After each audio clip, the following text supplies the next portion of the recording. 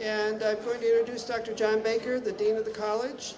And Dr. Baker will give his welcome and some remarks. Let's get right down to the issue that we came here today for, which is the issue of this high educational debt and low starting incomes in the practice. And in my opinion, the issue of educational debt coupled to the low starting income is the biggest challenge in facing the profession of veterinary medicine at this time. If our graduates were getting starting salaries of $125,000, we probably would not be having this summit. If the majority of states were not de-investing in public education, we would probably not be having this summit. Recent report card, the state of Michigan gets an F in support of public education. I call it the 80-20 flip-flop. And in rough terms, when I went to veterinary college a long time ago, I paid 20% of my education, and the state of Ohio paid 80% of it. And what's happening now is our students are roughly paying 80% of the cost of education, and the state is picking up 20%. So veterinary medicine is out in front on the debt-to-income issue, not out in front in a good way, but out in front as the first to be affected. Based on AAVMC comparative data reports, in my interpretation, MSU is either number one or number two for the highest non-resident tuition in the country. We are the canary in the coal mine for what is coming to veterinary medicine. Will there be colleges of vet medicine that close their doors because of the inability to attract students because of the cost of education? As to other disciplines, dentistry and law are following, and this issue may be catching up with the physicians too. I will predict in the face of continuing rising tuition, we will eventually impact undergraduate education, and it will become no longer affordable for the majority of American families to access higher education. The majority of veterinary colleges in the United States are at land-grant universities, such as Michigan State University. The land grants got behind the curve early as far as developing gifts and endowments. Often land grants are located in the capital of the state, such as Michigan State is. There was a close association with state government through agriculture, and additional funding could be obtained through the legislative process. Those days ended quite some time ago. Land grants got into the gift and endowment game late. We will never catch up with the privates, and we will never catch up with some of the non-land grant state-supported universities. Michigan State University has a long way to go to ever catch up with the University of Michigan in terms of the size of her endowments. Why do students still want to become veterinarians? Most veterinarians make a decision to pursue this career path at the age of 10. This is a career decision that is driven by passion and emotion, not the current economic reality of education, debt level, and low starting incomes. This is a calling, and it's what they want to do over their working lifetime. When does the economic reality trump the passion? Well, I've been a faculty member at the College of Vet Medicine for 32 years. I have been in the role of dean just under 2 years.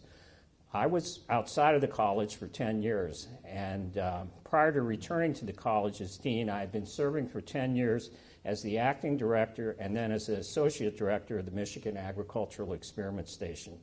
One of the biggest shocks I had upon returning to the college was the increase that had taken place in our tuition over those 10 years.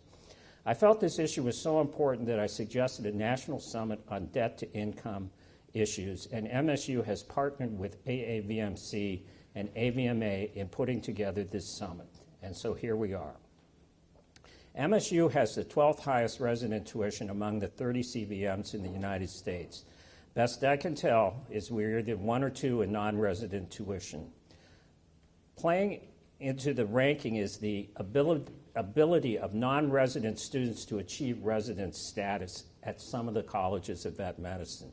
It is virtually impossible for a non-resident student to establish residency once they start the DVM program at Michigan State University.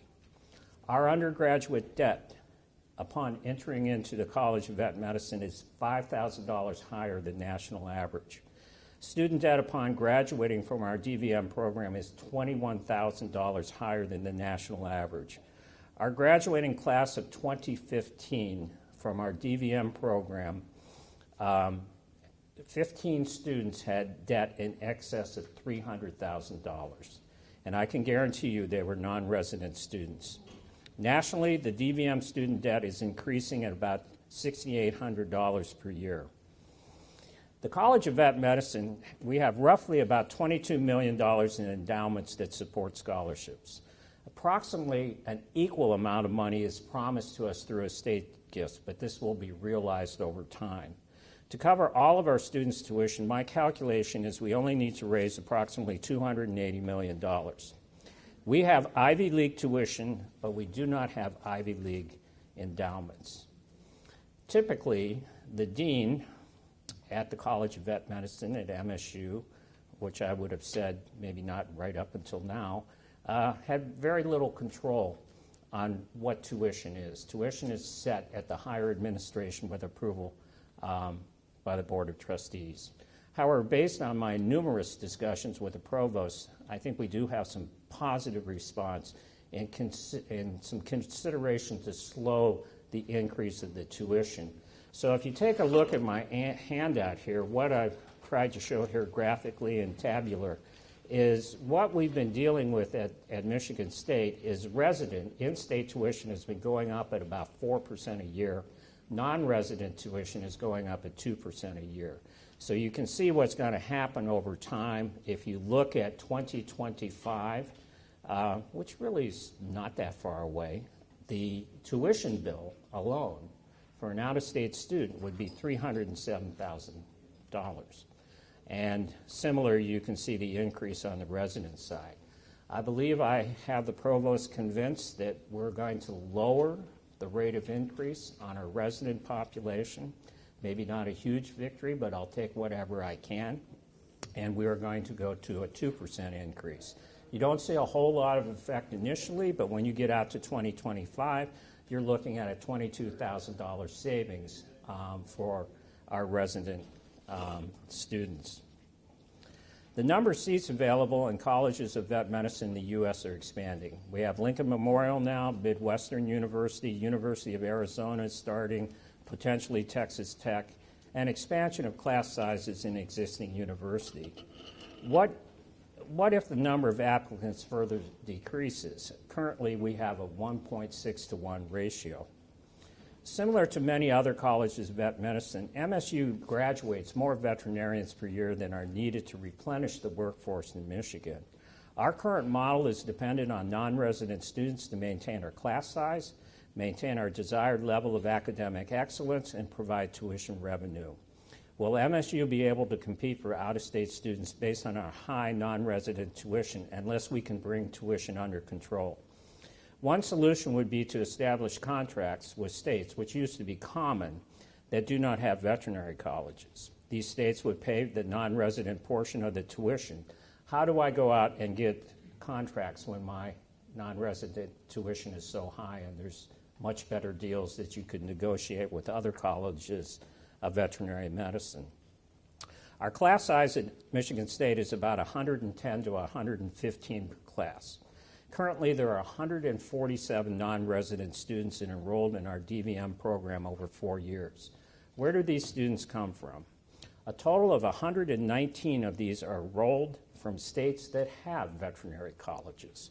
The 3 states contributing the most students are California, number 1 in population, New York, 4th in population, and Illinois, 5th in population. And they all have their own CVMs. Now, if you're thinking Michigan is like 45th in population, actually, if you look, Michigan, Georgia, and North Carolina are essentially tied for 8th, and each state having approximately 10 million people. However, Michigan is declining in population, decreasing birth rate, and outward migration. I believe the economic reality of the higher education cost and income has arrived. Time has run out. Action is needed now.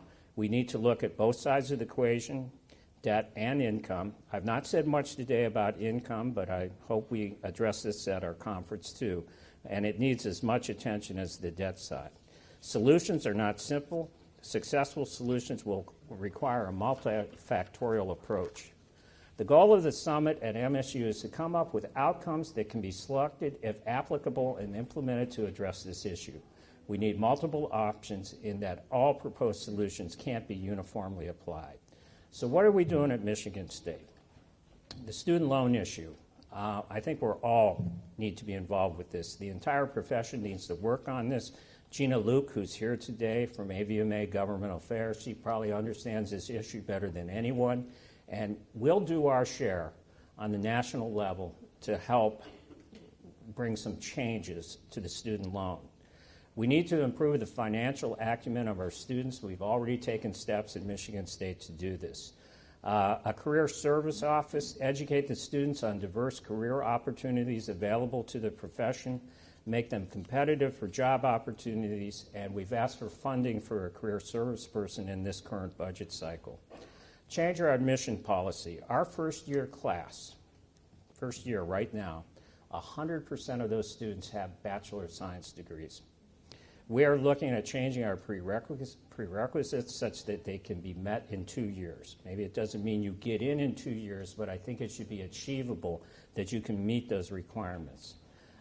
We also have the mechanism to grant a BS degree after entry into the College of Vet Medicine here. Increase our endowed scholarship funds. Student scholarships are the #1 priority of our development team as directed by the dean.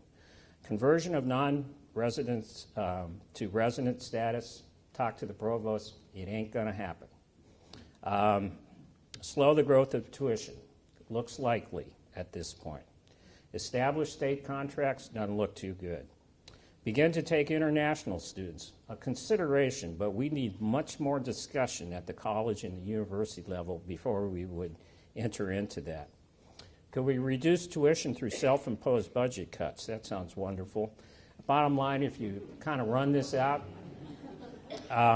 it's not sustainable. It just buys you a little bit of time, but with the ever-increasing tuition. Is there a political solution? Can we argue to the state the needs for veterinary services, diagnostic services? Agriculture in Michigan is the #2 industry in this state. Michigan has the second most diverse agriculture in the United States, California being first. I'm talking diversity, not quantity. Milk remains the #1 ag commodity in this state. We are #1 in efficiency of milk production, and Michigan continues to deal with a serious bovine tuberculosis problem in this state.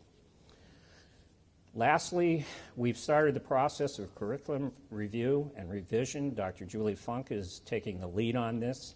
Educational debt will be an overriding concern as we take this task on.